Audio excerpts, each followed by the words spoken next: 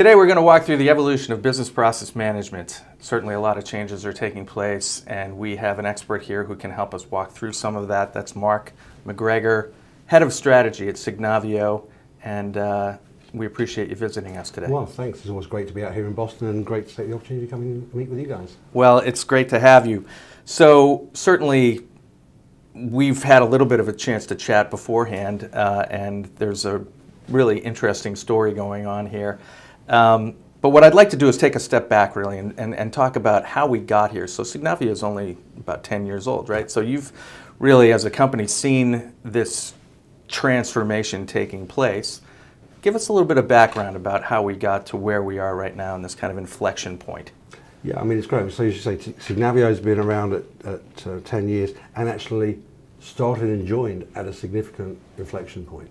So Signavio started out in the process management space and the process modeling space at a time when everyone said the market's saturated, there's small players, everyone's done this process stuff. They've been doing it since '94. Here we are in 2009. There isn't room for a vendor. And now here we are 10 years on, Deloitte Fast 50 growth for 4 years running, significant revenue, significant growth, 250 people now working all around the globe. So something changed, to your point. What changed was actually to stop developing specialist tools for specialists, or as I talk about it, the choir preaching to the choir and not talking to the congregation. So right from the outset, Signavio started by saying, what if we could democratize this whole concept of process modeling, and what if we could take these process models out to everyone in the enterprise and get a wider group of people working? Well, and that's a common theme among a lot of the technology categories we cover, that idea of really unleashing the power of these technologies to folks that typically hadn't had access to it. Yeah, and indeed I have to say that in my preparation for coming here today, I was watching one of the interviews you did of a guy recently whose name escapes me, and I apologize to him in advance, but he was talking about data and BI and analytics. And I think the thing for us that's similar is the old guard can't create the future. And this is so similar to some of the other things that we may be talking about here in terms of our customers, is that it's so hard for incumbents to move and recognize that the world is different. The idea of an incumbent risking, shall we say, $50 or $100 million of on-premise license revenue and moving to a cloud-based model where someone's paying $100 or $200 subscription model doesn't fit with the cost base that you were carrying. But it also says that, well, would you start again building on cloud? Why do I create something that's easy? I thought my product was simple. Unless you look from the outside in. And as with our customers, if you look from the outside in, you realize that your business isn't quite as simple, or your products aren't quite as simple. Well, and that's really the challenge right now, right? Isn't it that organizations, the complexity that is happening at the enterprise level is just doubling, increasing exponentially, and the old ways just don't work anymore, and so there is room for new thinking. There is room for new thinking. I mean, for us, we've seen it in our own growth in terms of the growth of the company, the types of products that we're doing, but conversely, we're seeing it in the clients that we're working with. And some of the nuances, I mean, when we were talking earlier, we talked a little about looking at inside-out thinking versus outside-in thinking. We weren't using those words, but I'm going to use them now. So, for example, how many process modeling tools and process management tools where you guys have looked at them in the solution review actually encompass customer journey mapping? And it's quite a tough sell. I'll make it really simple. You know, our audience is the process improvement community who don't get necessarily customer journey mapping because they've got a customer experience team that are doing that. But customer experience teams tend, generalization, to be managing a sales pipeline, not actually saying, hey, I need to look at my business through the eyes of my customer and then connect that to the underlying operations and ask that says, well, actually, hang on a minute, my operations are completely wrong. All these silos, handoffs. Well, hey, Doug, it was fantastic, but I can't deal with that. But let me put you over to Sue. Well, you don't want to be transferred from Doug and Sue. That's the organizations created those silos. And so what we're seeing now is as we move around that business transformation, digital disruption, whether it's complexity, I see hyper-scalability, I think is the new buzzword to transcend. Okay, they're all just about saying we've got to keep transforming. But it means transforming from what the customers and the market's demanding not the way that we're operating. But that's really where you get the foothold in the organization, right? You're looking for that champion, that initiative that says, we have to think about things differently. We have to take a look at all of our processes and really start to break them down and approach them with the kind of new solution that might, unearth a new thinking. Well, I mean, you're absolutely right in terms of the ideal customer profile. I mean, if someone is just doing incremental process improvement documentation, our tool does a great job, and we've got many customers that are out there that are doing that. But you're right that our perfect customer is the guy that says, well, I recognize I still need to do that, but I need to come at it from a different place, either because I need to create new business models, or because I want to enter new markets, or whether I want to make a significant change, and I want a different way of approaching the overall change that then filters down into those things. I mean, we talk about it as combining facts with feelings. So where in the organization are you targeting in that? Yeah, so I mean, in the US, it's a lot harder because of the way of job titlings go. But typically, shall we say, that's going to be likely a VP of transformation, VPs of operational excellence, at those kind of levels. With the process intelligence piece of the transformation suite, we're seeing a little more interest from things like CFOs who are actually trying to dive into some of their particular systems. But there's not necessarily hey, we're going to rush off and pitch to CFOs. It is that process transformation or process business transformation community that is our core audience. Well, and it's a two-tiered approach really that they're taking, right? And it's not only, hey, I want to transform my business processes and I want to put some new thinking in it, but I need to think about what we're going to use to do that. And that's where you start to get pushed down in the organization as after that event happens, they potentially implement that, then you're now being used at the lower levels to.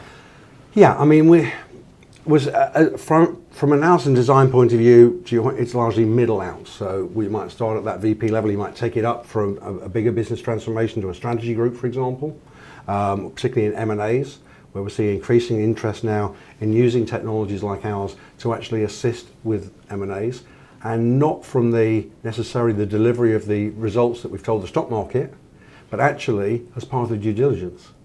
Well, let me have a look. Do these systems really work together? If I'm going to bring these two organizations, do they really fit? Is there an overlap?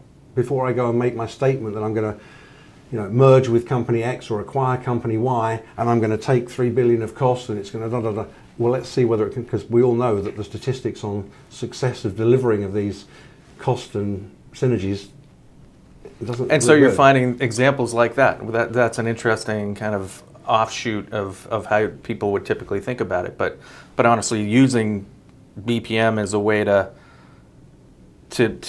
see whether things are going to mesh across acquisitions is very interesting. So absolutely, but just being a little specific, I'm talking about using process management rather than BPM, as we talked about earlier. BPM means lots of different things, so anyone watching this video, right, the chances are when we use the word BPM, someone's going, oh, I know what they mean, and they all mean something different.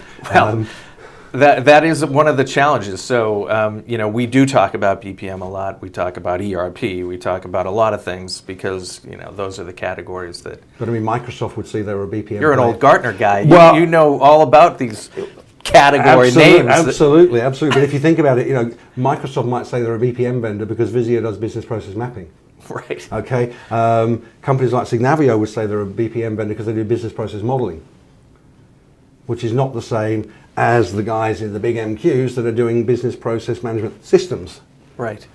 Which might be old style workflow on steroids or something different, but all so being lumped together. So using that as a jumping off point to go forward, where do you see your head of strategy? You're thinking about the future. Where do you, and you're a Gartner, old Gartner guy, where do you see this headed?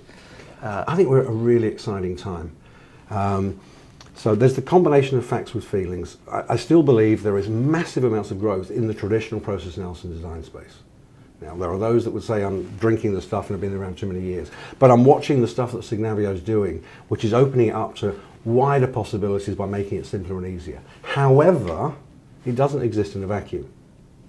It doesn't exist in a vacuum, and it's things like the collaboration hub that we have and our process intelligence piece that's adding a richness. So that automated process discovery, either to create the models that you want to analyze, more quickly, or whether it's the collaboration of to actually share the information. I mean, most modeling initiatives or mapping initiatives fail because it wasn't shared with the rest of the organization. I mean, we were running some numbers the other week of saying how much our business could grow if our current customers, we did a straw employee count and said, well, gee, if every one of our customers bought Collaboration Hub for every one of their employees, hey, we could double our revenues. But we can look at it, well, that's unlikely, or we can look at it and said, and if they're not doing it for everyone, every customer, for every employee, we've got a couple of things at fault. Have we got some other stuff we need to do to make the technology work for that? And we're working on that. We've got some really exciting stuff coming. Or the second part is, are we talking to the wrong person in the organization that doesn't recognize the value of everyone being on the same page? Look at customer satisfaction in the US. How much has it gone up over the last 20 years as an overall index? The needle's barely moved. The needle's barely, well, why? As a consumer, what's our most, inconsistency in the way that we're treated. Well, why are we treated inconsistently? Because the staff that we're working with don't have the available information that says this is how to deal with this situation. So so with regard to that, so that would indicate to me that we're still early in the adoption curve. How early? Ooh. So early in the adoption of process for the masses, then I would say, hey, we haven't even touched 10, 20% of that potential market. Now, to your point, like any of these curves, who knows whether it'll peak out at 30 or 40%. We all know that Sure. we can hive out the numbers, but we're still really early, and still the majority of people using process analysis and design tools are still largely across the globe in the specialist community. So there's still a lot of work to be done by the specialists. As we were talking about earlier, if those specialists, those process analysts that might be watching and listening to us, or those business analysts, if they can't get the models that they create being used by the rest of the organization and finding ways to have them build models and get involved, they're probably going to have no future. So I'm curious, do you think that's a cultural thing, North American cultural thing versus, I mean, I know you guys are from Germany. Sure.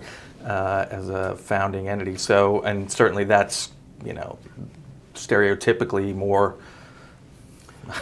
mechanically efficient. Stereotypically, the US is more interested in, well, what's it going to do for this quarter's results? We all know that as the standard joke. But the US less values analysis and design is more to rush off and implement.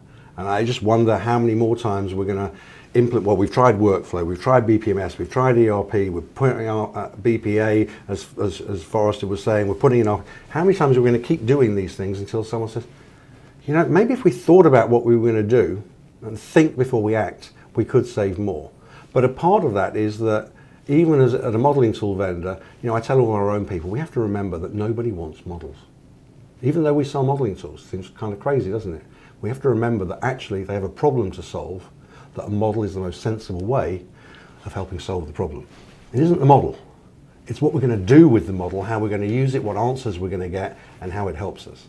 And sometimes we can get a little lost in the drawing pretty pictures and actually not looking at saying, well, what questions am I going to answer? So how do you crack the code there? How do you overcome that sort of, I don't know if it's an objection as much as it's maybe just a blockage? Yeah, so the best way of getting around it in any market is really referential selling, and let your customers sell to customers, because there's a point at which you need to be the one to get out of the way, and let those that have made the mistakes talk to those that said, I made those too, and this is what I'm doing differently. And so gradually building that up and working around through it, through education, through hope, because you can't get enough. You've got to have hope. But for us, it's just so exciting because we're getting so much interest. I mean, obviously I'm not going to share detailed numbers, but I was sharing at a meeting that I'm at today, that the volume of leads that are coming into Signavio on a quarterly basis are like nothing that I've ever seen in my life.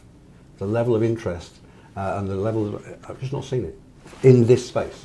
Maybe in other spaces, but in this space, having worked for many of those other vendors, know what the calls, you say the calls we were getting at GART and everything else, never seen that level of interest before. And so, so that speaks to the business case. So why is that happening, do you think?